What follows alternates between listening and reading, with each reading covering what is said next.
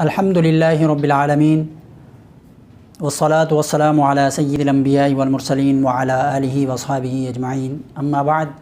فاعوذ باللہ من الشیطان الرجیم، بسم اللہ الرحمن الرحیم۔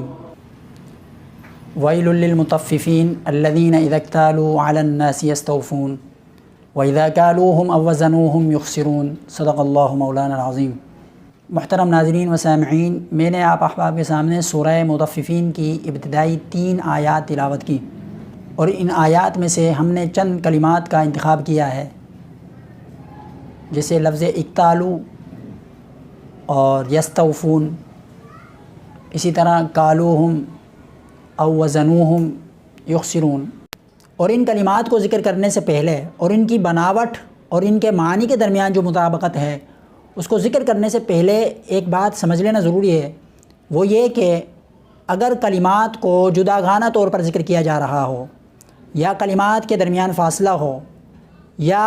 کلمات کے حروف مکمل ذکر کیے گئے ہوں، تو یہ اس بات کی طرف اشارہ کر رہے ہوتے ہیں کہ عمل اور یہ کام سکون اور اطمینان اور تمہل کے ساتھ اور تدبر کے ساتھ ہوا ہے، یعنی ٹھہر ٹھہر کر سکون اور اطمینان کے ساتھ، یعنی اس کام کے اندر عجلت نہیں پائی گئی، اس کام کے اندر جلدی نہیں پائی گئی۔ اور اس کے برعکس اگر حروف میں کمی آ جائے، یعنی کلمات میں سے چند حروف کم کر دیے جائیں اور کلمات کو آپس میں ملا کر ذکر کر دیا جائے، تو اس میں عجلت کی طرف اشارہ ہوتا ہے، یعنی جلدی کی طرف اشارہ ہوتا ہے۔ اب یہ بات سمجھ لینے کے بعد سورہ مطففین کی اگر آپ دوسری اور تیسری آیت میں موجود لفظ اکتالو اور یستوفون کے درمیان جو مطابقت ہے اس پر غور کریں، اور اسی طرح لفظ کالوہم اور یخسرون او وزنوہم اور یخسرون کے درمیان جو مطابقت ہے اس پر اگر غور کریں تو یہ امر بالکل واضح ہو جاتا ہے، جیسا کہ قرآن کریم میں ارشاد فرمایا ویل للمطففین، خرابی ہے ناپ تول میں کمی کرنے والوں کے لیے، الذین اذا اکتالوا علی الناس یستوفون، الذین وہ لوگ، اذا جب، اکتالوا علی الناس یستوفون کہ جب وہ لوگ ناپ کر لیتے ہیں تو یستوفون پورا لیتے ہیں،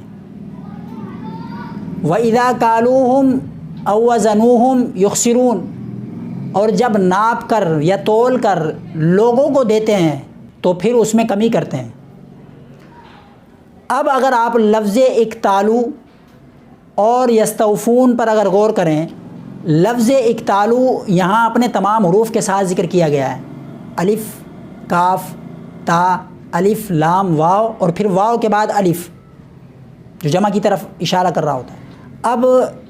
اگلی آیت دیکھیں، کالوہم او وزنوہم یخسرون، کالو، کاف، الف، لام اور واو، اور اس کے بعد ہم، واو کے بعد الف کو ذکر نہیں کیا۔ اکتالو میں واو کے بعد الف کو ذکر کیا، الف، کاف، تا، الف، لام، واو اور واو کے بعد الف، یہ بھی جمع کا سیکھا ہے، یہاں پر واو کے بعد الف کو ذکر کر دیا۔ لیکن کالوہم، کالو بھی، یہ بھی جمع کا سیکھا ہے، اور اس کے بعد الف آپ کو نہیں ملے گا، یہاں بغیر الف کی ساتھ ذکر کیا گیا۔ پہلی بات یہ سمجھ لیں کہ لفظ اکتالو میں واو کے بعد الف کو ذکر کیا،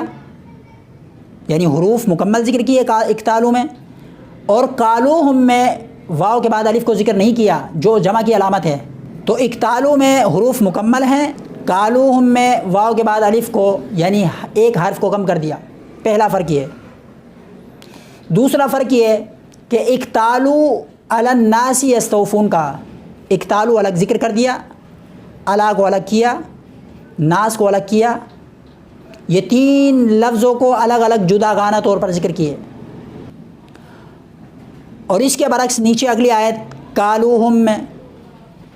کالو، ہم، ان کو الگ نہیں کیا بلکہ ایک ساتھ کا کالوہم، یعنی پورا ایک لفظ ذکر کر دیا۔ وہاں پر اکتالو، الا اور الناس یہ جداگانہ طور پر ذکر کیے گئے، اور یہاں پر کالوہم کو پورا ایک لفظ بنا کر ذکر کیا، کالوہم، حالانکہ اصل میں لفظ تھا کالو لہم۔